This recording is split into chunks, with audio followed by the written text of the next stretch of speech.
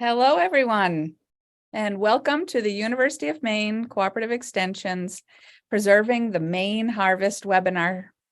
I'm Kathy Savoie, and we will also be joined today by my colleagues, Kate McCarty and Vina Lindley. We are back this year with another webinar series designed to provide you with the most current USDA recommendations for preserving foods at home. Our monthly webinars will feature seasonal foods that correspond with what's happening with the Maine growing cycle.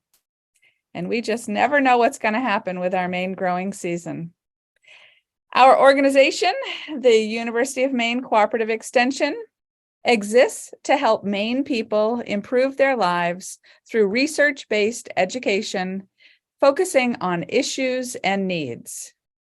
Our educational programs include agriculture, home horticulture, including the Master Gardener Volunteer Program, 4-H youth development, food safety, nutrition, and of course, food preservation, which you're here to learn about today. We also want to let you know that the University of Maine is prohibited from discriminating on the basis of race, color, national origin, sex, age, disability, and reprisal or retaliation for prior civil rights activity. Today, we will focus on preserving strawberries, which will be ready later this month here in Maine, and we're looking forward to that season. We'll join Kate in the demo kitchen soon, where she'll show us how to make jam featuring less or no sugar, including alternative sweeteners like honey, maple syrup, and also things like Splenda and stevia. Finally, some Zoom housekeeping. We have our webinar set up so that you can hear and see us, but we cannot hear or see you. But we, of course, do want to have time to answer any questions that pop up for you. So please, as they come up, just simply add those to the Q&A box, which you can see at the bottom of your Zoom screen. And we will have time throughout our webinar to field those questions for you. So thanks again for joining us in 2023 for our Preserving the Maine Harvest webinar series, and let's get started with today's topic. Oh, just take a look at that picture. It reminds me that jam is indeed one of the most popular ways to preserve strawberries. But many of our traditional recipes for strawberry jam include an eye-popping amount of sugar. We do think a little sweetener is needed to amplify the natural flavor of the fruit, but too much will actually overwhelm that strawberry flavor and tip it into what we call a candy territory. So today we hope to be able to give you an overview of how to reduce the sugar or substitute sugar in your recipes, while also ensuring that you have a product that ends up with the ability to set. So you want your jam to set or to gel. And we also want to make sure that it tastes good while we're at it. So first, let's do a quick overview of some terminology that we use when we're talking about jams and jellies. Just a little bit of a refresher here. Jam is gelled fruit that contains mashed fruit pieces, while jelly is just gelled fruit juice. Jelly requires the additional step of making that fruit juice before you begin on your home canning adventure. So which one you prefer, either jam or jelly, is a matter of personal preference and how much time you want to devote to your jam making process. Also, the type of fruit that you're using may drive the decision to whether or not you make a jam or a jelly. The gel or the set of your jam really refers to the texture of the jam. We want to make sure that it's neither too runny, like a syrup, or too stiff, like a gummy candy. So pectin is what we're referring to when we talk about the gel or the set. Pectin is the naturally occurring substance in fruit, and it is what's responsible for acquiring that set or gel within your jam and jelly. Without the proper amount, you would have a fruit syrup that never gels. Perhaps you've experienced this if you've ever tried making jam and it didn't actually set. I know I can say I have had that experience. So typically, jam and jelly recipes have just about an equal volume of sugar to fruit ratio. We're fortunate that many commercial pectin varieties now offer lower sugar options, and some even offer the option to use a sugar substitute, including a fruit juice concentrate, honey, agave, and alternative sweeteners like Truvia and Splenda. These products can be purchased. They are easy to find. And remember that they will help to ensure that the product ultimately will gel. You want to end up with what you're trying to get. You don't want to have your product wasted or end up with a syrup. So that's why I always choose to use a commercial pectin product.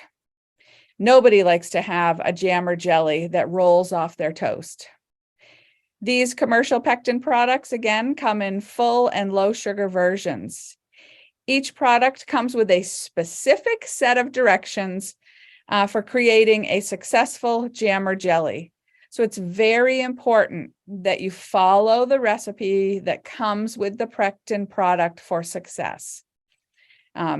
If you go off the rails, you may not end up with a product that actually sets.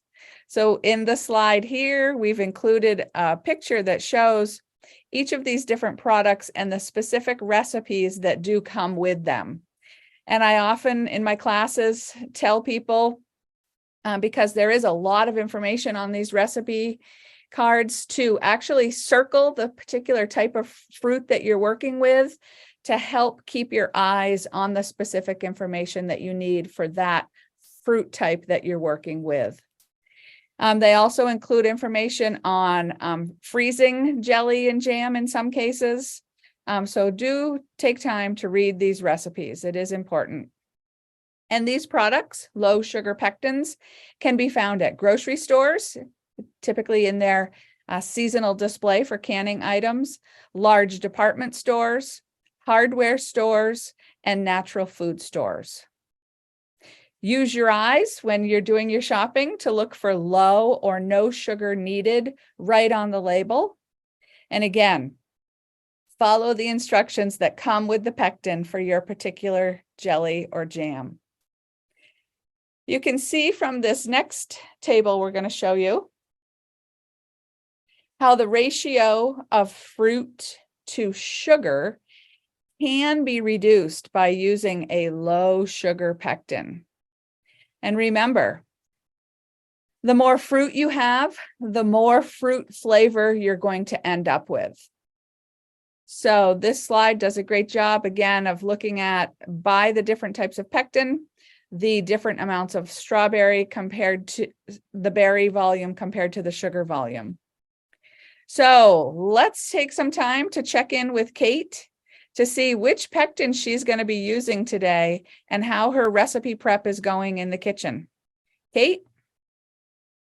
Hi, everyone. Thanks for joining us here. We're very excited to be back for our 2023 webinar series and to be kicking off with strawberry jam. If you're not in Maine right now, you should know that the weather was like nice for a while and then got kind of gloomy. We're getting the like June gloom with a lot of rain. So to me, strawberry season is very much like on the horizon, beckoning that summer is coming and that warm weather will be here shortly, we hope. I have some strawberries that I froze from years prior. So they are Maine local strawberries, not quite picking them in the fields yet. But we're going to be showing off their fresh fruit flavor using a low sugar pectin. Kathy ran you through some of the options. I have 3 here in the kitchen with me today, and I genuinely like and use all 3 of these products. I just chose to use the ball low or no sugar needed pectin here today because I had I had a set amount of strawberries that I wanted to use, and so this one is one of the ones that allows you to kind of create a flex batch. Whereas other ones like the Sure Gel might require you to have a specific amount of strawberries, like 6 cups, I believe that this calls for. And I wasn't sure that I had 6 cups. I had 2 bags that I previously frozen. So these 2 pectins, the Pomona's pectin, which is a low methyl oxide pectin made from citrus, and a ball pectin made from apples, will allow you to say, this is how much fruit I have, find me a recipe. So you can use the cards that come with it to find out how much sugar you'll then need and how much pectin powder. So I went with the ball. It comes in this little tub. You can find it at grocery stores, hardware stores. And then as far as the recipe prep itself, I mashed up the strawberries. I just put them in a baking dish and use my food chopper to mash them to my desired consistency. So if you like it chunkier, mash them more rough. I like it kind of in the middle, not too fine. So I did a medium chop. And then I measured them out, made sure I had the right amount that my recipe calls for. And I put them in a stock pot on the stove, which I have started heating in order to get our jam making process going along. So I've got about 5 cups of strawberries pre-measured and put into this pot. I've also measured out the pectin powder. I'm going to apply like a medium heat. We have a gas stove, so it really goes. I've measured out the pectin powder. You can see it's just like a brown, light brown powder, kind of fine. And this recipe, I'm just following what the recipe says. So depending on the pectin you use, this process can look slightly different for you. I'm going to add it right to the fruit mixture as I begin. So I'll just stir it and sift it in there. That way it dissolves nice and easily. If you just dump it in, you might like have it clump up. Like how you whisk dry ingredients together when you're adding them to a baking recipe. So kind of sift that in, stir it well. And we're gonna bring it to a boil. I'm gonna leave the lid off. I'm afraid if I put the lid on, it'll be boiling and I won't notice. And I'm pretty famous for starting to talk and burning things. So I'm gonna keep a watchful eye on my precious strawberry jam here, because that's certainly the last thing I'd want to do. Okay, so while this boils, I could tell you a little bit more about the alternative types of sweeteners that we can use. So I'm using just a low sugar recipe. So I am using cane sugar. It's an organic kind of sugar in the raw. It's about the same like crystal size as a white sugar, maybe slightly chunkier. And I measured out what the recipe suggests. It says I could do up to 1 3/4 cups of sugar. I chose to do the full 1 3 cups. I think for about 5 cups of fruit, that just under 2 cups is a reasonable amount and will still give me that sweetness without overpowering the strawberry flavor like we talked about. So I've got my sugar pre-measured, ready to go. This pectin does allow you to use alternative sweeteners and honey. So follow the recipe for the quantities that it would want you to add. Honey is stronger, so it says you would use less of it, because then it will also impart a honey flavor. So strawberry honey jam, I think, sounds really lovely. If you're someone who likes a honey flavor, I know Kathy's not a huge fan of it when it comes through really strongly. So it depends on like the type of honey you're using and your personal preference, how much you'd want to use or if you'd want to add it. You could also use an agave syrup. And for all these sugar substitutes, you'll want to follow the manufacturer's instructions for a substitution rate for white sugar. So for this liquid sweetener, it's just going to tell you on the bottle how much to use. You can also just like taste test as you go. Taste the sweetener, taste your fruit. You could start on the low end and stir it in and then taste your jam and say, do I feel like I want to increase the sweetness? Because you can always add more, but you can't take it out. So I'm going to pause right there to stir in my sugar because I've got my first boil going. So I've got the fruit pectin mixture boiling and I'm stirring in my 2 cups of sugar. Sugar you can just dump in because you're going to stir it really well. You're going to bring it back to a boil, which will ensure that it dissolves nicely. So stir, stir, stir. Looks great. And we're going to bring it back to a boil. So in jam making, you'll see a phrase that's called a full rolling boil. So it might say to bring your jam to that full rolling boil. So that term is defined in jam making as a boil that can't be stirred down. So frequently when things begin to boil, they'll start to have a little ring of bubbles in the center, typically around where the heating element is under the pot. And when you stir it, those bubbles go away. So that does not count as a boil yet for your jam making purposes. You got to wait till it's actively bubbling. And when you're stirring it, it continues to bubble. So it can be a few seconds to a minute longer than, or a few minutes even longer than you think. The little eye ring of bubbles will appear. You have to be patient and wait till you get that full rolling boil. That is crucial to the set of your jam. So it's allowing the sugar to dissolve into the jam, and it's also triggering that pectin reaction with the sugar, the acid, and the moisture in the fruit that then allows it to all bond together to create a gelled product. So if you don't fully boil it, it might not set when it cools down. So it's important to get to that full rolling boil. It's going to think about it. So I'm going to tell you more about the alternative sweeteners that you can use with certain types of pectin. Again, you want to ensure that the pectin that you buy says specifically that you can use those. One that's famous for allowing flexibility in the types of sweetener that you use is the Pomona brand. And we'll include all these resources linked in an email if you're trying to frantically scribble down notes. And you'll also receive this recording to go back and review. So Pomona's doesn't need sugar to set, which means that any sweetener you add is just there for the flavor of it, freeing you up to continue to use white sugar if that's what you want. You can even use it to make a full sugar classic added pectin preserve. You can do low sugar, just less white sugar like I did today. Honey, agave, maple, like maple sugar, maple syrup, or the alternative sweeteners like the Truvia brand, which is a stevia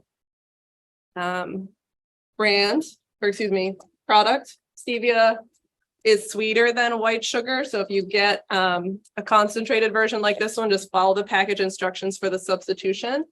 However, they do make a 1-to-1 substitute for an equal amount of white sugar. You can see this one is much lighter than this package. So it has some filler in it, which allows it to be used in a 1-to-1 substitution for white sugar.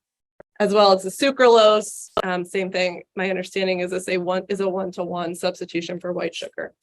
So again, in that instance, you're using a pectin that's specifically formulated to not need sugar to set, like the Pomona pectin. I believe the ball allows you to use Splenda too.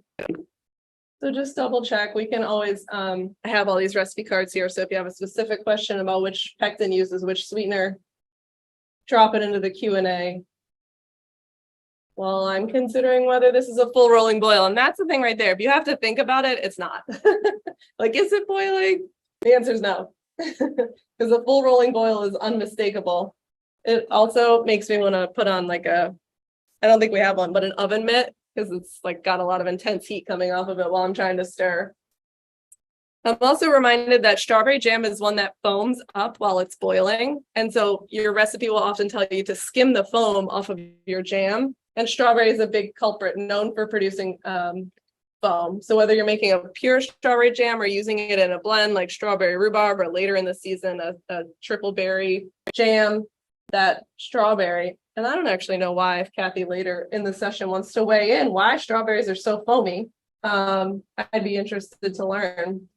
But we remove it because it's unsightly in the jar and it can interfere with the head space, that is how much space you leave in the top of your jar before you can it when you're filling up the jars of jam.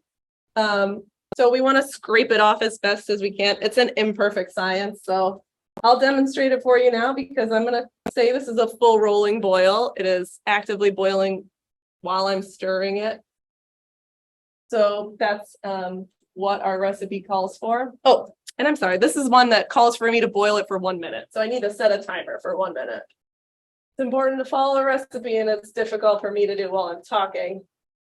So we got 1 minute on the timer. So I wrote myself a little cheat sheet.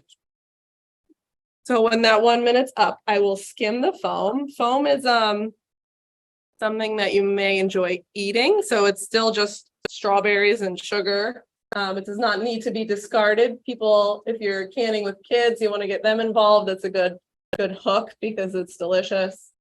Some people like to save it and eat it on ice cream. I don't actually enjoy it, so I will save it for Kathy if she likes it, or just discard it. Okay, so I've got about 30 more seconds. I'll review my canning setup as much as I can get through. I have my boiling water bath canner going here. It's about halfway, 2/3 full of water. I've washed up 7 jars because that's my anticipated yield. They're 8-ounce jelly jars. I put them in the canner on a rack that's already in the bottom of the pot, upright, so they're filled with water. They're warming up. I've got hot jam. It's going to go into hot jars, back into hot water. So I've washed the jars, I've preheated the jars, and then I've got my canning set up here that as I transition into filling the jars, Vina is going to switch to the overhead view for us so we can see my setup. So I've got something to protect the jars from the cold counter here. In this case, I'm using a cutting board. Once the jars have been heated up, you don't want to avoid putting them directly onto your counter surface because it could cause them to break. Kind of a long shot, but could happen, and we want to do our best to avoid any jar breakage. So I'm going to skim the foam off of my pot. This is like by far my least favorite part because I want to get all the foam out, but I also want to avoid wasting jam, and I feel like it's hard to hit that in between area where you aren't scooping out precious jam, but only removing the foam. But I'm doing all right. Okay. Let me see if I can adjust my camera so you can see in there and see the foam. I don't want to steam you up too much. Because of that full rolling boil, this jam is nice and hot, so. I think that's good. You're not gonna, I guess you could get it all, but we are A, on a time limit, and B, I want to maintain some of my sanity. So, all right, I'm going to call that.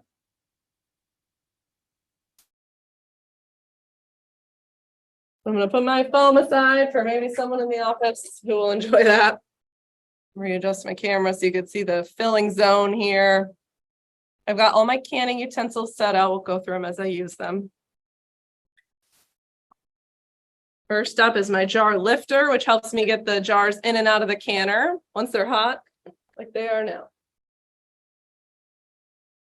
I'm going to demonstrate filling, we'll say 2 jars at a time so that they don't like cool down too much. If I took all the jars out, I'd be concerned that they might cool down because I'm going to be doing this at a slower pace so that I can walk you all through it, of course. Put the lid back on the canner to let those other guys cool up, stay warm in the hot tub there. I've got a jar funnel to help me get all this precious jam into the jar and not all over the counter. So the thing you need to know about canning jam is at this point, the jam is still, like I said, very hot, and that means it's very liquid. So at this point, if you're a beginner jam maker, you might say, ooh, this does not look like it's gonna set. What do I do? Have I done something wrong here? It's real liquidy looking. It looks like fruit syrup. But you can do a few things to assure yourself. You could do a little mini cool down of about a tablespoon of jam. You could take a little dish, a side plate or a bowl, put a tablespoon of jam on it, put it in the freezer, which will chill it and will let you see that it's gonna set. So cool it down pretty quickly. Look at it. Does it still look runny despite being cold? If you can push your finger through it and it wrinkles up, that's a good indication that it's likely going to set when it cools down. The other thing is just trust that the pectin that you bought, you want to make sure that it's up to date. You know, if you are using an old pectin, some of them have expiration dates. So check when you buy it at the hardware store that hasn't been sitting on the shelf for over a year. And know that the pectin will do its job, even though it looks kind of runny at this point. So I have filled up 2 jars pretty close to the top, and I'm going to measure the headspace using my headspace measuring tool. So this is a little plastic stick that has notches on the end of 1/4 inch each. So the headspace is how much space we leave in the jar. You don't just fill it all the way up to the top or eyeball it based on one of the threads on the side of the jar. You measure it with this tool, and we're leaving only 1/4 of an inch. So it's pretty close to the top because it's just that little amount of air that you're leaving in there intentionally. That allows the vacuum seal to form during the canning process. So all that 1/4 inch air we're going to leave in there is going to get pushed out of the jar during the heating canning process. And then when it cools down, because there's no air in the jar anymore, a vacuum seal will form. That seals the lid onto the jar. So the headspace is important to helping the lid seal onto the jar and therefore the safety of your final product. So don't skimp on that step. Kathy's going to tell you how you can make sure you have a headspace measuring tool in your kitchen to check this step. And I'm happy with the headspace on both of these, so I'm going to proceed to wiping off the rim of the jar, which especially during jam making, it gets like kind of sticky. So I got my clean paper towel here a little wet in order to be able to get all the jam off. Yeah, these jars are nice and hot. And then I'm going to put on the dome lid. So just make sure I've got one lid. Sometimes they stick together. One lid per jar. I just washed these up. So it's no longer recommended to preheat these lids if you've ever done any canning and seen the recommendation to preheat these in a little saucepan before they go on the jars. You don't have to do that anymore. Just wash them up. It'll save you a step. And then screw on the screw bands until they're fingertip tight. So just screw these rings using only the strength of your fingers. And that will prevent you from over tightening the jars. If you put your whole hand on it and really squeeze it down, they're going to be too tight. And that could cause the jar to break during the canning process because that air can't get out. So leave the air and escape route by not over tightening these jar rings. And then you just repeat that process until you are out of jam and you have 7, in this case, full jars in the canner. So I'm going to add these 2 back in there and I'm going to keep repeating my process. Once my canner is full, I'm going to bring it back to a boil. Excuse me, I'm going to bring it to a boil for the first time. I have not boiled this water yet. Once the canner is full, the jam is gone, it's in the jars. Bring the canner to a boil. And for this jam, we're canning it for 10 minutes. So we're going to boil at a full rolling boil of water for 10 minutes. Once 10 minutes has elapsed, you've canned your jam, but you got to give it a 5-minute cool down. So turn the heat off. Let the canner rest for 5 minutes with the jars in it, and then remove the jars from the canner. You can put them, I'll plan to put them back onto this wooden cutting board that I have here. And let the jars cool to form that vacuum seal. So that can take 12 to 24 hours. So I'll leave them here until tomorrow afternoon. I'll check them out tomorrow morning. If they're sealed, it's okay to move on from there and start to store them, put them away. If they haven't sealed, I'll let them sit out the full 24 hours. And then label them, date them, and try and use them up within 1 year. We will have no problems going through this 7 jars of jam in 1 year between toast and one of those things Kathy loves to make, the jam bars at the holidays. Got lots of great recipes for using up strawberry jam. All right, I'm going to work on filling these jars and we're going to check back in with Kathy. She's got a few more tips to share with you.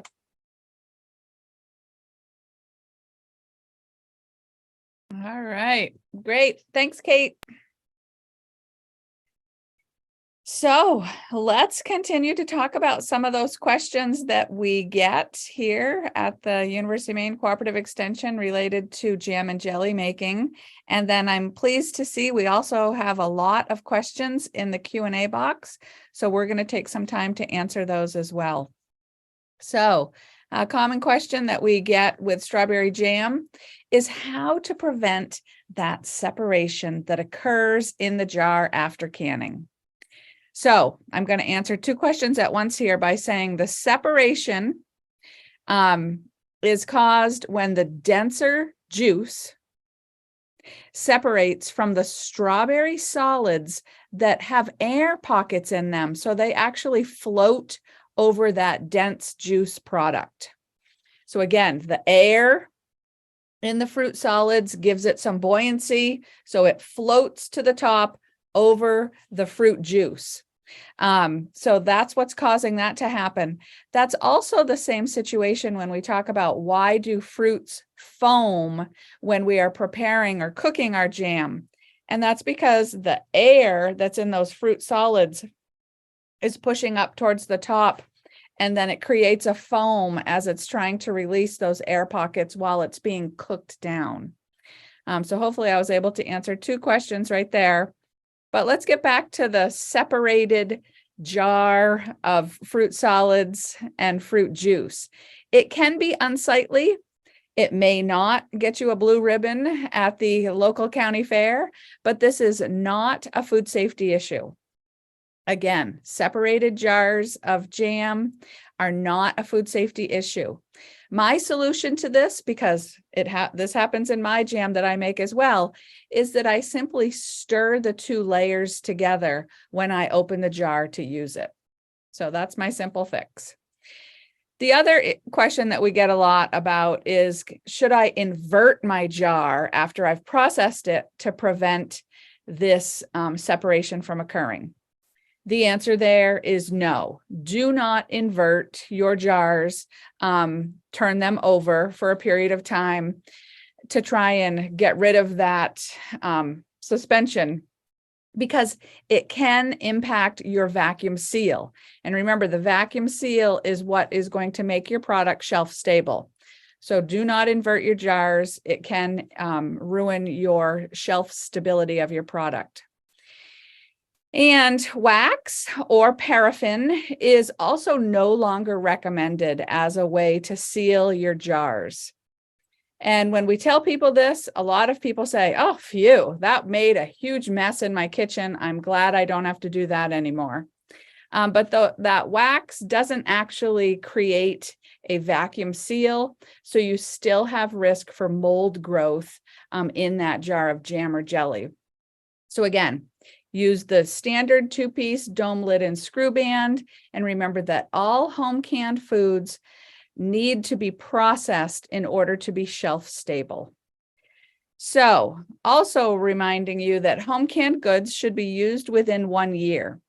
You can see in this slide how the products can change over time. The product on the left is an older product, and you can see it's got not quite as sharp a color as the newer product that's on the right-hand side. So for best flavor, best color, and also nutritional value, we recommend that you enjoy your homemade strawberry jam within 1 year of making it and canning it. All right, so let's go ahead and dive into your questions, of which I see many, which is awesome. So let's go ahead and start answering some questions that have been asked. The first one, how long do these products last on a shelf? So again, 1 year for home canned goods. So use up your jars of jams, jellies, pickles, etc. within 1 year. That's going to give you the best quality of the product.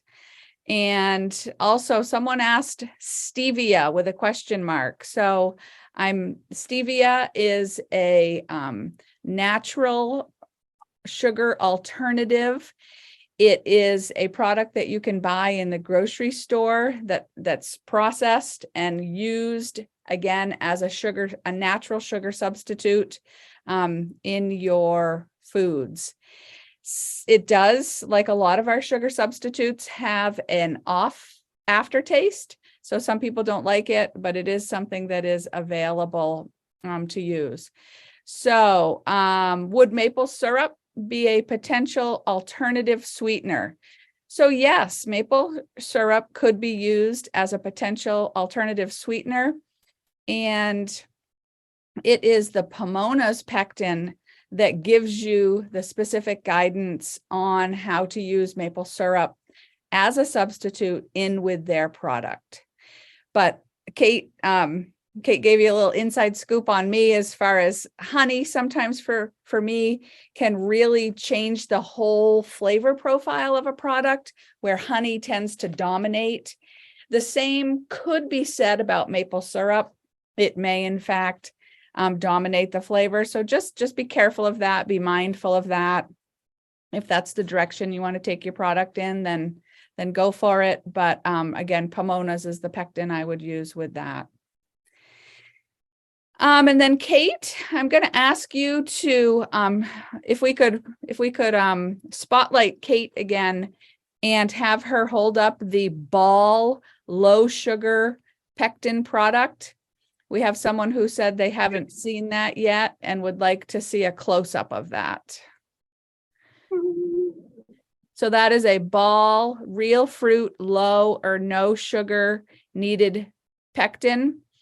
And I can tell you, and I think Kate and I have both had this experience where we're running into the store to grab a quick pectin for a class, and a lot of their products look exactly alike. There you go. You can see the classic. This is the full sugar one. It looks identical. So you really got to read. So be careful and read. Make sure you're grabbing the right product. And someone asked about, can you make a very small batch of jam or jelly, like 1 or 2 jars, and just put it in the fridge and use it right away? Yes, indeed, you can certainly do that.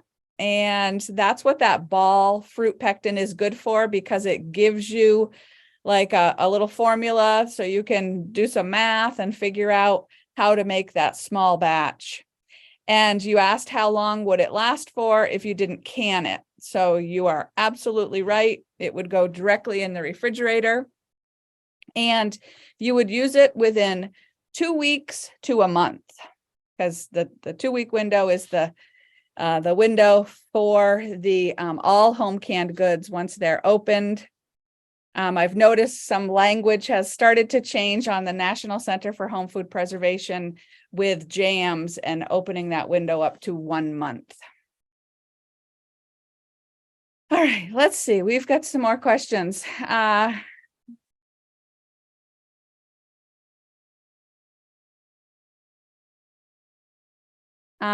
Instead of sucralose is erythritol, which is a sugar alcohol, a viable option. So I would need to do a little bit of investigation on that product for you to know if it is indeed something that can be heated. Some of our sugar substitutes do not do well in like baked goods or something like a jam or jelly that would be cooked. So I need to do a little homework on that to be able to answer that. Unless, Kate, do you know off the top of your head about erythritol? No, the only thing I will add is that it's an ingredient, the first ingredient in this Truvia blend. Okay. But it does have it, you can bake with this. Okay. So this is a Truvia cane sugar blend, stevia sweetener blended with cane sugar and erythritol. It's got a lot going on. The ingredients are erythritol, sugar, stevia leaf extract.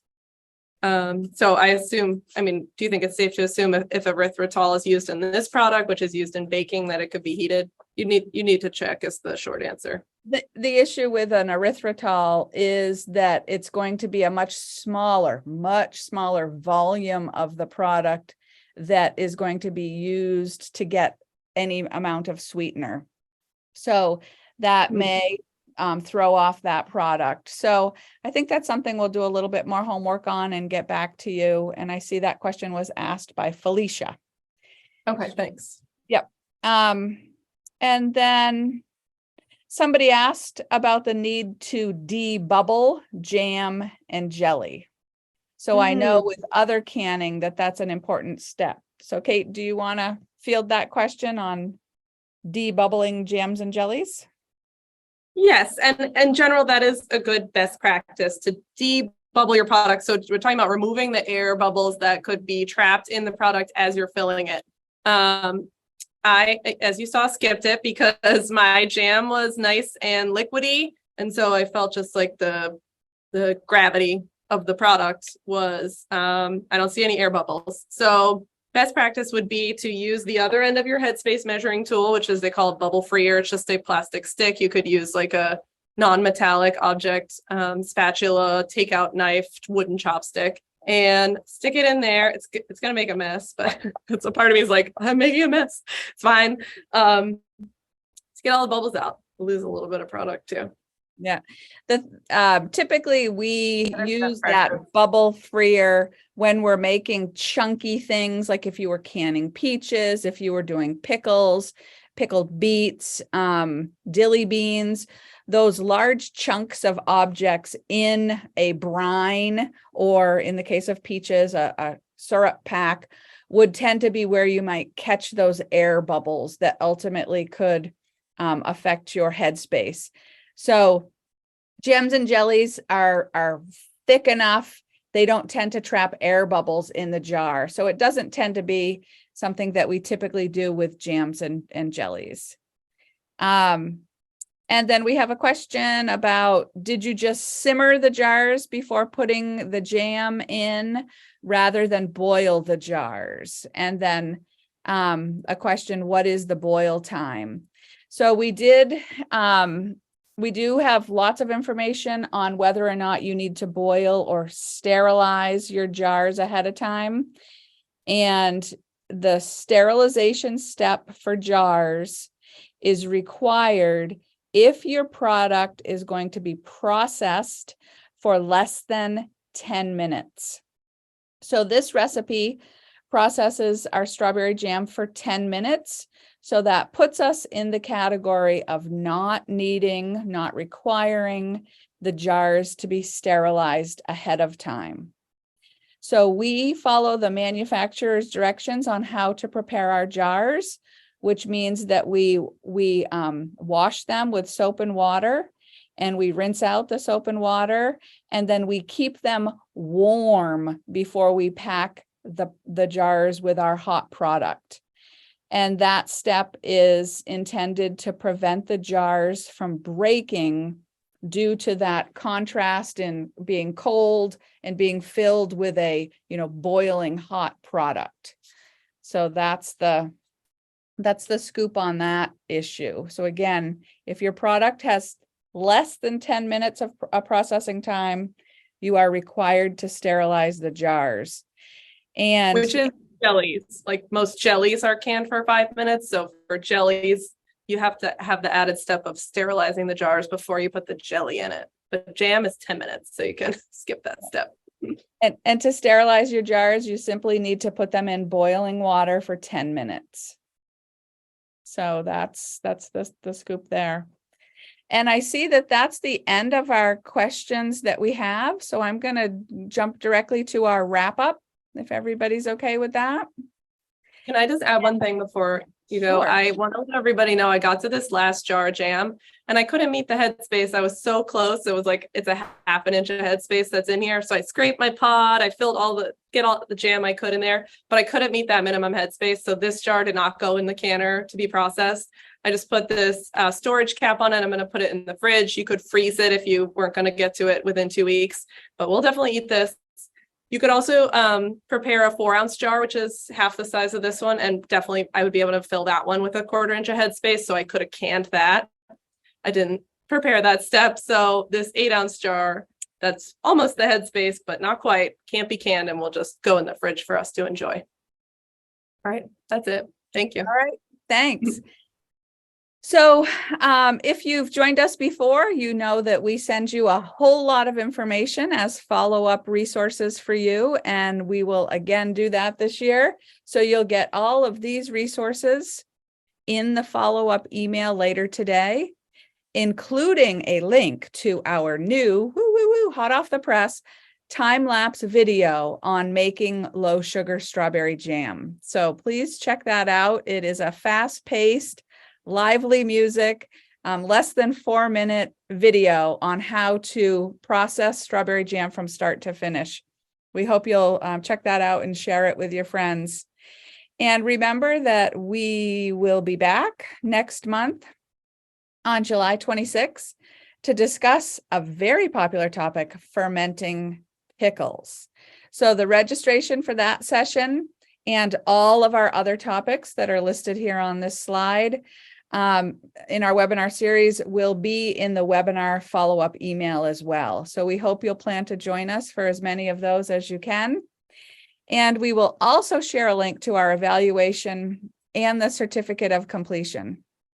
And we want to let you know, if you complete our evaluation and provide your US mailing address, we will send you a free Headspace tool, which is used when canning, as demonstrated today by Kate in the kitchen. And new this year, you will also be entered into a raffle to receive a $20 Hannaford gift card. So we really hope that you'll take the time to fill out our evaluation. And hopefully you'll be one of our lucky winners to receive the $20 Hannaford gift card. And again, that'll be a raffle that we do at the end of our webinar series, so later in the fall. So thanks again for joining us today, and we're going to end right on time and hope that you got a lot out of today's class. Bye, everyone. Thank you.